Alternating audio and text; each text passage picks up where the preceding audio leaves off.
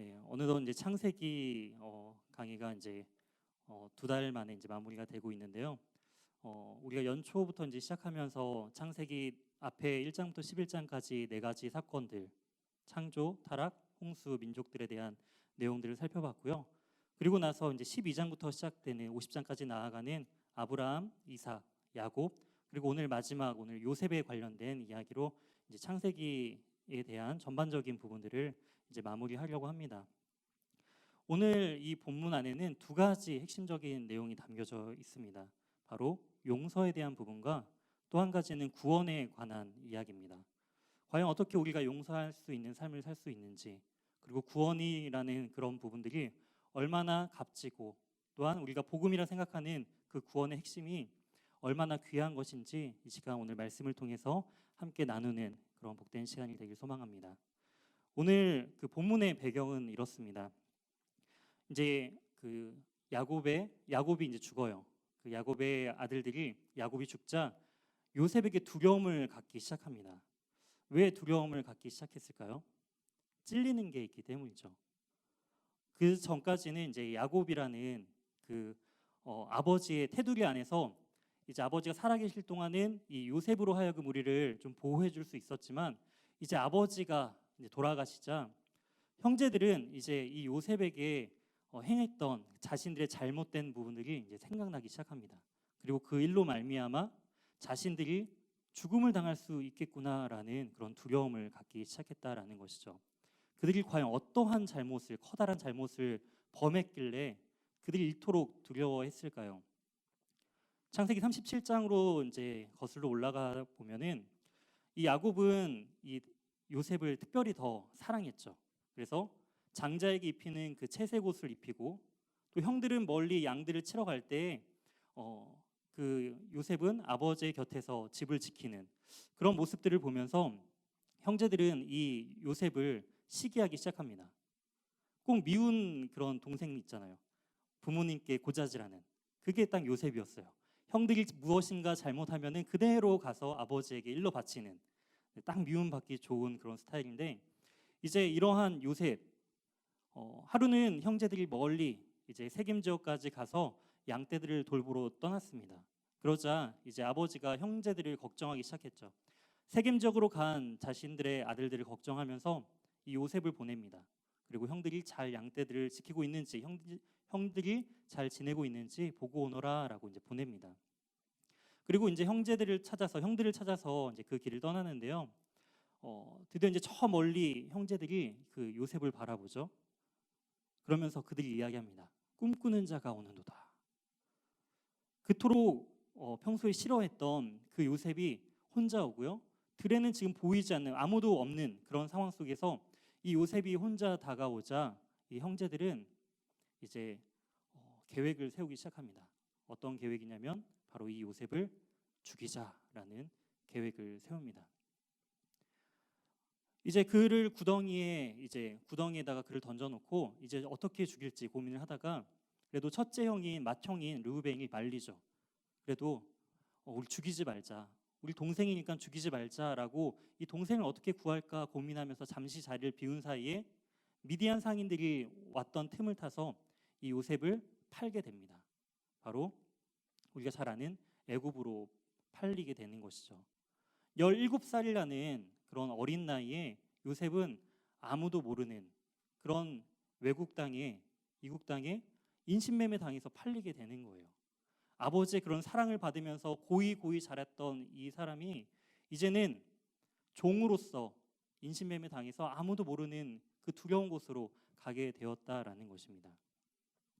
그리고 우리가 잘 알다시피 이제 13년이라는 긴 시간이 지나요. 그는 종으로서 지내고 또한 여러 가지 우여곡절 끝에 감옥에서도 지내고 여러 가지 어려운 상황 속에서 하나님이 그와 함께 해주신 것들을 경험합니다. 그리고 그가 30세가 되던 해에 바로 하나님께서 바로왕 앞에 세우시고 그리고 그를 애굽의 총리로 세우시는 그런 장면을 볼 수가 있는 것이죠. 이제 애굽의 총리가 된 그 요셉 앞에 나중에 기근이 들어서 형제들이 다가오는 거예요. 처음에는 몰랐죠.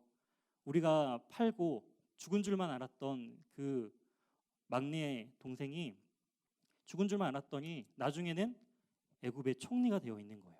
자신들의 생명을 좌지우지할 수 있는 그런 위치에 올라가 있었다라는 것입니다. 그리고 야곱의 70명의 가족들이 이제 애굽에서 이주하면서 생활을 했던 거예요. 그러니까 아버지가 살아계실 동안 이제 아버지가 130세에 오셔가지고 147세에 돌아가시는데 17년간 아버지의 그 보호 아래서 형제들은 애굽에서 살았지만 이제 아버지가 죽자 자신들을 보호해줄 이제 만약에 이 요셉이 다른 악한 마음을 가지고 그 원수를 이제 우리에게 갚으려고 한다면 우리는 이제 죽을 수밖에 없겠구나라는 그런 마음이 있는 것입니다. 우리가 한번 50장 15절 말씀 한번 형제들이 어떻게 이야기하는지 한번 15절 말씀을 우리 함께 한 목소리로 함께 읽어보도록 하겠습니다. 시작. 요셉의 형제들이 그들의 아버지가 죽었음을 보고 말하되 요셉이 혹시 우리를 미워하여 우리가 그에게 행한 모든 악을 다 갚지나 아니할까 하고 이런 두려움에 휩싸인 거죠. 그들이 이렇게 큰 범죄를 저지른 데는요 이유가 있어요. 아무도 모를 것이다라는 완전 범죄에 대한 우리 형제들만 입 딱 닫으면은 아무도 모를 거야. 아버지마저 속입니다. 요셉이 입고 있었던 채색 옷을 숫염소에 피를 묻혀가지고 들짐승이 잡아먹은 것처럼 꾸미죠. 그거에 대한 것들은 아무도 몰라요. 아버지 역시 들짐승이 잡아먹혔나 보구나 생각하면서 슬피 울었죠. 형제들도 그거에 대해서 아무 말도 꺼내지 않았어요. 그런데 그게 완전히 드러난 것이죠. 하나님께서 이 요셉을 애굽의 총리로 세우시면서 이 형제들의 죄까지도 완벽하게 드러내 주시는 것들을 볼 수가 있습니다. 그리고 나서 이제 아버지가 돌아가시자 이 요셉을 막을 사람이 아무도 없는 거예요. 그런 두려움 가운데 이제 요셉이 16절에 당신의 아버지가 라고 표현을 합니다. 우리의 아버지가 아닌 바로 당신의 그 권위 앞에서 당신의 아버지가 말했던 것들을 기억함으로써 우리에게 그 죄를 돌리지 않고 우리를 잘 보살펴달라고 아버지가 이야기했던 것들을 그 약속을 그 유언을 기억해달라고 매달립니다. 그리고 이렇게 말하죠. 17절에 그들의 허물과 죄를 용서하라 하셨나니 당신의 아버지 하나님인 종들인 우리의 죄를 이제 용서하소서. 그리고 18절에 요셉의 앞에 엎드려서 잘못됨들을 이제 비는 것들을 볼 수가 있습니다. 이러한 형제들의 반응 앞에서 요셉은 어떻게 하죠? 바로 울었죠. 형제들이 이렇게 아버지가 돌아가시자 함께 아버지의 죽음을 슬퍼하던 이 형제들이 이제는 자신을 두려워하는 그 모습을 보면서 이 요셉은 슬픈 마음을 가지고 울었다라는 것입니다. 왜 울었을까요? 여러 가지 울음에 대한 이유가 있었겠죠. 이미 45장에 자신을 드러내면서 자신을 이곳에 보낸 사람들은 애굽에 보낸 사람들은 당신들 때문이 아니라 바로 하나님께서 우리를 보호하시기 위해서 우리의 생명을 보호하시기 위해서 보내셨다라고 이 형들을 위로해 주었어요. 하지만 이 형들은 그 말을 고지그대로 믿지 않았다는 것이죠. 여전히 두려움 가운데 우리는 언제 죽을지 모른다라는 그 두려움을 가지고 살아 있었다라는 것입니다. 우리도 이 구원에 대한 문제도 이와 비슷한 것 같아요. 우리가 하나님 앞에 구원받은 존재죠. 하나님께서 우리를 자녀 삼아 주시고 모든 죄에서 우리를 자유케 하신 하나님이십니다. 하지만 우리는 여전히 우리의 죄악됨 때문에 그 구원에 대한 확신들을 때로는 놓치거나 무뎌질 수 있다라는 거예요. 하나님께서 우리를 이미 구원하셨고 우리를 자녀 삼아 주셨는데 여전히 우리는 죄를 짓고 있는 것이죠. 그리고 그 죄가 생각나고 드러날 때 우리는 때로는 하나님의 자녀로서 온전히 살아가지 못하는 우리 자신들을 바라보면서 절망 가운데 빠지곤 한다라는 것입니다. 이 형제들도 마찬가지예요. 요셉이 분명히 자신들을 용서해 주었다 말을 하지만 자신들의 죄악이 너무나 컸다라는 거예요. 출애굽기 21장을 보면은 이 인신매매한 자들, 사람을 판 자들은 죽임을 당할 것이다라고 율법에 기록되어 있다라는 것이죠. 그만큼 사람에 대한 생명을 하나님께서는 존중히 여기셨는데 귀하게 여기셨는데 이 형제들은 그 동생을 보호하지 않고 오히려 팔았다라는 것이죠. 질투와 미움 때문에. 그러한 자신들의 죄가 너무 감당할 수 없을 만큼 너무 크다라는 것들을 이 형제들은 알았기 때문에 계속적으로 이 요셉 앞에서 자신들의 잘못됨을 구하고 용서를 빌었다라는 것입니다. 요셉의 울음에는 두 가지 의미가 있었을 것 같아요. 첫 번째는 여전히 내가 이 형제들에 대한 잘못됨들을 용서해 주었지만 그 부분을 온전히 믿지 못하는 아쉬움의 눈물. 내가 그만큼 이 형들에게 온전한 신뢰감을 주지 못했나? 라는 아쉬움의 눈물이 또 있었을 것 같고요. 또 한 가지는 진심 어리게 사과하는 이 형제들의 모습들을 보면서 자신 그동안 삶 속에서 너무나 힘들고 외로우면서 고생했던 힘들었던 그 시절들이 떠오르면서 이 형제들이 용서의 그 눈물들을 같은 마음으로 흘렸을 것 같아요. 이처럼 회개라는 것은 참 중요합니다. 하나님이 우리를 자녀 삼아 주시고 우리를 구원해 주시고 용서해 주셨지만 우리가 너무 그것을 당연하게 여기는 것이 아닌 때로는 이 형제들처럼 그 죄에 대한 민감함들 그리고 그 죄가 우리로서는 도저히 씻을 수 없는 너무나 큰 죄였다라는 것들을 깨달았을 때 진심 어리게 사과하고 회개했던 이 모습들이 우리에게도 필요하다라는 거예요. 하나님께서 우리를 자녀 삼아 주셨지만 또 여전히 하나님께서 우리에게 원하시는 것은 우리의 죄에 대한 민감성이다라는 거예요. 죄에 대해서 민감하게 반응하고 하나님 앞에 그 죄에 대해서 처절하게 회개하는 것. 하나님께서는 이 두 가지를 동시에 원하신다라는 거예요. 우리 역시 하나님의 자녀로서 불러주셨지만 우리 삶 속에서 죄를 지을 때 그것을 그냥 넘어가는 것이 아닌 그래 우리는 하나님의 자녀니까 우리의 죄악됨들을 하나님 용서해 주실 거야. 그런 것을 당연하게 여기면서 나아가는 것이 아니라 하나님 앞에 처절함으로 회개할 수 있어야 된다라는 거예요. 진정한 회개는 이렇게 돌이킴에서 나옵니다. 자신들의 죄가 얼마만큼 컸다라는 그런 두려움을 가지고 다시금 그 죄를 범하지 않는 것. 그 죄가 여전히 내 삶 속에서 유혹으로 다가오는 것이 아니라 이제 그 죄악됨들이 경멸스럽고 두렵게 느껴지는 것. 그것이 바로 진정한 회개다라는 것입니다. 이처럼 이러한 형제들의 반응 앞에 요셉이 오늘 본문 19절에 이렇게 이야기하는 거예요. 요셉이 그 형제들에게 이르되 두려워하지 마소서 내가 하나님을 대신하리이까. 굉장히 이게 양면성을 갖춘 말이죠. 두 가지 의미가 다 담겨 있는 거예요. 첫 번째는 내가 당신들의 생명을 해하지 않겠습니다라는 의미가 있고요. 또 한 가지는 그 심판에 대한 부분들은 내 몫이 아니라 하나님의 몫이다라는 거예요. 당신들이 잘못이 있다면 내가 그것을 심판할 것이 아닌 바로 하나님이 당신들을 심판하실 것입니다라는 그런 메시지가 이 안에 양면성으로 다 담겨져 있다라는 것입니다. 인간은 그 판단에 대한 선악에 대한 판단을 우리 자신이 하려고 해요. 너는 잘못됐어. 그래 너는 옳아. 너는 괜찮은 것 같아. 그런 판단을 우리 스스로 알게 모르게 한다라는 것이죠. 그런데 그 선악에 대한 판단 그리고 그것을 인간이 자신의 판단으로 들어온 것이 바로 창세기 3장에 나온 선악을 알게 하는 나무를 이제 먹게 되는 그 시작이었다라는 것입니다.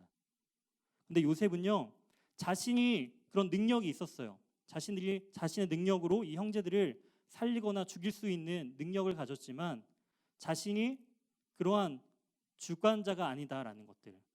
하나님 앞에서 자신은 그저 청지기로서 하나님께서 원하시는 시점에서 나를 잠시 사용하시는 그런 존재다라는 것을 이 요셉은 알고 있었다라는 것입니다.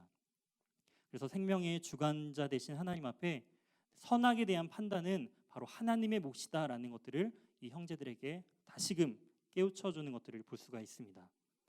그러면서 형제들은 이 악함들, 자신들의 그 죄를 완전히 묻으려고 했죠. 아무도 모르게. 하지만 하나님은 어떻게 하시죠? 20절에 이렇게 기록되어 있습니다. 하나님은 그것을 선으로 바꾸사. 사람의 그 악함을 내버려 두면은 이 가운데 이제는 절망밖에 남지가 않아요. 하지만 하나님은 그 악을 다시금 선으로 바꾸사 오늘같이 많은 백성의 생명을 구원하게 하셨다라는 것들을 고백합니다. 요셉의 관점은요. 자신의 가족만 잘 되는 것이 관심을 갖지 않았어요. 자신만 잘 사는 것 이거에 관심을 가진 것이 아니라 바로 우리가 잘됨을 통해서 많은 백성이 이스라엘뿐만이 아닌 애굽과 그 주위에 있는 그 많은 민족과 백성들이 함께 구원을 받기를 원했다라는 것입니다. 그러면서 21절에 그 형제들을 위로해줘요. 오히려 위로받아야 할 요셉이요, 오히려 형제들을 위로해 줍니다. 어떻게 이렇게 위로하는 모습들이 나올 수 있을까요? 좀 때로는 이해가 안 되는 부분들도 있는 것 같아요. 사람을 용서한다는 것 쉽지가 않죠. 혹시 용서해 보셨나요? 누군가를 정말 생각만 해도 용서가 안 되는 미움의 대상이 혹시 떠오르는 분이 혹시 계시지 않나요? 그 사람, 지금 떠오르는, 순간적으로 떠오르는 그 사람 과연 용서할 수 있겠느냐라는 거예요. 근데 요셉은 오히려 형제들을 용서할 뿐만이 아니라 위로해주고 있다라는 것입니다. 그러면서 그 형제들과 그의 자녀들, 형제들의 자녀들까지 본인이 책임지겠다고, 그를 보호하겠다고 약속을 합니다. 그러면서 이제 그가 22절을 보니까 이제 요셉이 그의 아버지의 가족과 함께 애굽에 거주하면서 110세를 살아갑니다. 그의 생명이 이제 110세 이제 죽음을 맞이하게 되는데요. 그때 자신의 두 아들이었던 에브라임과 므낫세 그 손자들까지 보면서 3대를 보면서 그가 스라에서 양육했다라는 것들을 볼 수 있다라는 것이죠. 이처럼 이 요셉의 삶을 보면서 우리가 이 두 가지를 다시 한번 생각해 봤으면 좋겠습니다. 어떻게 하면 용서하는 삶을 살 수 있는가라는 거예요. 너무 힘들죠, 용서한다는 것. 어떻게 이렇게 용서할 수 있는 삶을 살 수 있을까? 요셉은요, 하나님의 주권을 인정했다라는 거예요. 그 생명을 좌지우지하는 것은 나 자신이 아닌 바로 하나님이시다라는 것들을 인정했습니다. 그러면서 하나님의 은혜에 대해서 반응했다라는 거예요. 요셉이 비록 애굽에 팔렸지만 하나님은 요셉을 애굽에 버려두시지 않았습니다. 요셉이 걸어가는 그 모든 순간에 성경을 보면 하나님께서 그와 함께 하셨다라고 성경에는 기록되어 있어요. 요셉이 종으로 팔려갈 때도 하나님은 그와 함께 하셨고요. 그가 억울하게 누명을 씌워서 이제 감옥에 들어갈 때도 하나님은 그곳에 요셉을 기억하시고 함께 하셨다라는 것입니다. 형들은 요셉을 잊어버리고, 그리고 술 맡은 관원장도 자신이 직위가 복직되었지만 요셉을 잊어버려요. 모두가 잊어버리고 모두가 무시하는 그런 요셉이었지만 하나님은 이 홀로 던져진 이 요셉을 기억하고 계셨다라는 것입니다. 요셉 역시 그것을 알고 있었다라는 거예요. 하나님을 부인하는 것이 아니라 내 상황이 점점 나빠지자 하나님을 부인하고 하나님을 욕하고 저주한 것이 아닌, 하나님이 이렇게 힘들고 어려운 상황 속에서 나와 같이 아파하시고 힘들어하시고 같이 눈물 흘려주시는 하나님이시다라는 것을 요셉은 깨달았다라는 거예요. 골로새서 3장 13절에서 15절 말씀을 제가 읽어드리도록 하겠습니다. 누가 누구에게 불만이 있거든 서로 용납하여 피차 용서하되 주께서 너희를 용서하신 것 같이 너희도 그리하고 이 모든 것 위에 사랑을 더하라. 이는 온전하게 매는 띠니라. 그리스도의 평강이 너희 마음을 주장하게 하라. 너희는 평강을 위하여 한 몸으로 부르심을 받았나니 너희는 또한 감사하는 자가 되라. 어떻게 용서할 수 있다라고 하죠? 주님께서 이미 우리를 용서해 주셨기 때문에 용서할 수 있다라는 거예요. 우리 스스로는 용서할 수 없어요. 우리 스스로는 누군가를 온전하게 사랑할 수 없다라는 것입니다. 하지만 하나님께서 이미 보여주신 그 사랑을, 그 용서함을 우리가 온전히 깨닫고 이해하며 나아갈 때 비로소 우리는 용서할 수 있고요, 사랑할 수 없는 대상을 사랑할 수 있다라는 것입니다. 그리고 진정한 그리스도의 평강이 그 안에 머물게 된다라는 거예요. 그리고 감사하는 삶을 살 수 있다라는 것입니다. 이게 놀라운 비밀 아닙니까? 어떻게 이렇게 사람으로서 할 수 없는 일들이 바로 그리스도 안에서, 바로 우리 복음 안에서 형제 자매된 우리가 이러한 삶을 살 수 있다라고 주님께서는 분명하게 우리에게 말씀해주고 계신다라는 것입니다.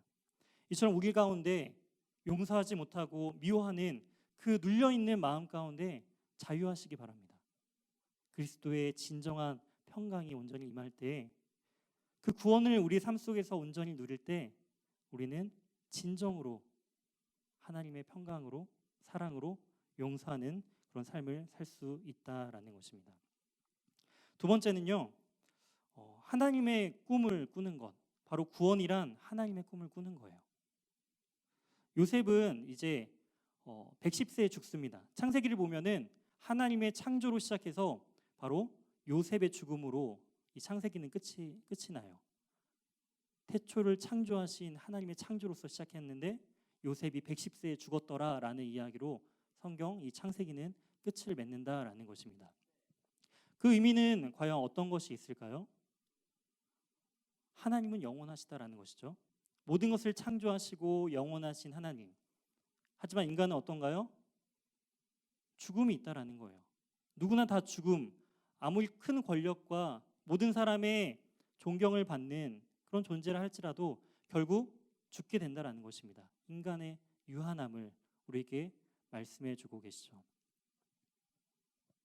그러면서 요셉은요, 자신의 마지막 유언으로 이렇게 25절에 이렇게 자신들의 후손들에게 맹세시킵니다. 요셉이 또 이스라엘 자손에게 맹세시켜 이르기를 하나님이 반드시 당신들을 돌보시리니 당신들은 여기서 내 해골을 메고 올라가겠다 하라 하였더라. 이제 죽음을 앞두고 마지막으로 유언을 하는 거예요. 그러면서 뭐라고 유언하죠? 내가 죽게 되면 이제 너희가 나중에 이 애굽에서 나가게 될 텐데 나갈 때에 내 이 해골, 유골을 함께 가지고 나아가라라는 유언을 남깁니다. 요셉은 17살에 애굽으로 팔려와가지고 110세 죽을 동안 93년이라는 그 시간 동안 애굽에서 삶을 살았어요. 하지만 그 역시도 자신들의 그 선조들이 묻혀 있는 그 땅, 진정한 그 고향에서 묻히기를 원했겠죠. 아버지 야곱이 그랬던 것처럼 자신도 아마 그런 마음이 있었을 것입니다. 하지만 요셉은 그러지 않았어요. 왜냐하면 요셉은 자신의 죽음으로 하여금 이 후손들에게 메시지를 남기기 위함이다라는 것이에요. 어떠한 메시지를 남기느냐? 너희들이 살아갈 이 땅은 영원한 것이 아니라 너희들이 갈 땅이 있다라는 것이에요. 이 땅에서 이 애굽에서의 편안한 삶이 전부가 아니라 이제 진정으로 하나님께서 약속하신 그 약속의 땅이 너희들이 진정으로 갈 땅이다라는 것들을 자신의 죽음으로 하여금 늘 후손들에게 대대로 기억할 수 있도록 남기기 위해서 요셉은 그 땅에 묻힌 거예요. 죽음으로써 자신의 신앙을 드러낸 것이다라는 것입니다. 이처럼 구원은요,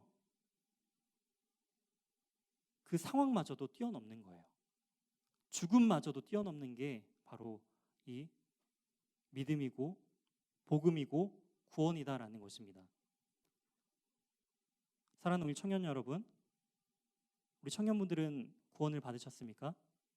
예수 그리스도의 그 복음으로 진정한 구원을 받으셨습니까?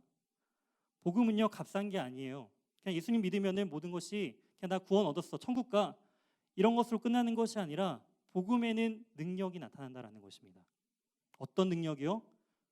죽음까지도 두려워하지 아니하고 현실마저도 뛰어넘을 수 있는 것, 그것이 진정한 복음의 능력이다라는 것입니다. 요셉은 그 구원, 그 복음의 능력을 경험한 자였다라는 것이에요. 그렇기 때문에 자신을 팔고 심지어 죽이려고 했던 그 형제들을 용서해 주었고요. 자신이 죽으면서까지도 하나님의 나라를 알려주면서 그 후손들에게 마지막 유언을 남겼다라는 것이에요. 그리고 실제로 출애굽기 13장을 보면 이제 이스라엘 백성들이 출애굽을 합니다. 430년이 끝나는 해, 그 해에 그 밤에 이스라엘 백성들이 이제 애굽에서 드디어 나갈 때 13장을 보면 이 이스라엘 백성들이 이 요셉의 뼈를 함께 메고 나아가는 것들을 볼 수가 있죠. 이만큼 이 요셉은요, 자신들의 후손들에게 하나님의 말씀을 정말 열심히 가르쳤다라는 거예요. 전했다라는 것입니다. 그저 이 땅에서만 너희들이 잘 살도록 내가 보호해 줄게, 이것이 아닌 양육하고 가르쳤다라는 거예요. 후손들을 하나님의 자녀답게 말씀을 가르쳤다라는 것이죠. 배우는 것 참 중요합니다. 청년의 때에 하나님의 말씀을 아는 것 너무나 중요하죠. 그리고요, 우리의 삶으로서 다음 세대를 세워야 합니다. 어떻게 세울 수 있을까요? 청년 2부는 청년 1부에게 본이 되는 삶을 사는 것을 통해서 삶으로 가르쳐 주시면 되는 거예요. 우리 역시 우리의 선배들의 그 신앙의 모습들을 보면서 자라지 않았습니까? 우리의 신앙의 선배들, 그 청년의 선배들, 네, 그 모습들을 보면서 나도 저런 믿음의 선배가 되어야지. 그들의 헌신과 그들이 어떻게 신앙생활을 했는지 그 모습을 보면서 우리가 자라왔잖아요. 그리고 우리 역시도 그 믿음의 모습을 보여줘야 된다라는 거예요. 그런데 어떻게 하죠? 자꾸 청년의 그 기독교인들이 점점점 줄고 있어요. 대학가를 가면은 예수님을 온전히 구주로 믿는 그런 청년들이 5%가 안 된다고 해요. 미자립이죠, 완전히.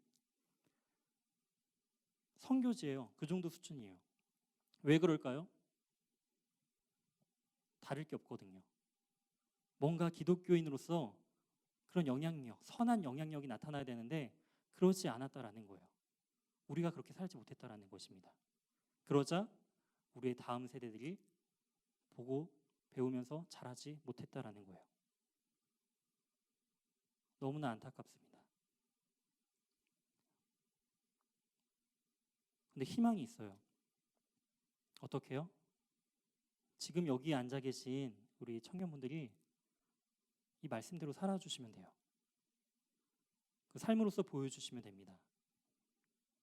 그러면 청년 1부가 청년 2부의 모습을 보면서 자랄 거고요. 청년 1부가 이제 밑에 고등학생들이, 중학생들이, 초등학생들이, 그 아이들이 우리의 모습을 보면서 자랄 거다라는 거예요. 요셉은 그걸 보여줬어요. 자신의 삶으로, 죽음으로. 그리고 마지막으로 그 요셉이 어디에 묻히느냐? 여호수아 24장입니다. 여호수아 24장을 보면은 그가 세겜에 묻혀요. 다시 하나님께서 약속하신 그 가나안 땅, 그 세겜에 묻히는 그 모습들을 볼 수가 있습니다.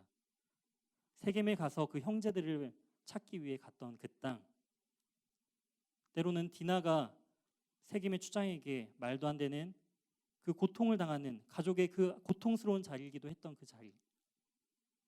하지만 주님께서는 그것을 선하게 바꾸시고 다시금 그 약속의 땅으로 변화시켜 주신 장소가 바로 세겜이었다라는 것입니다.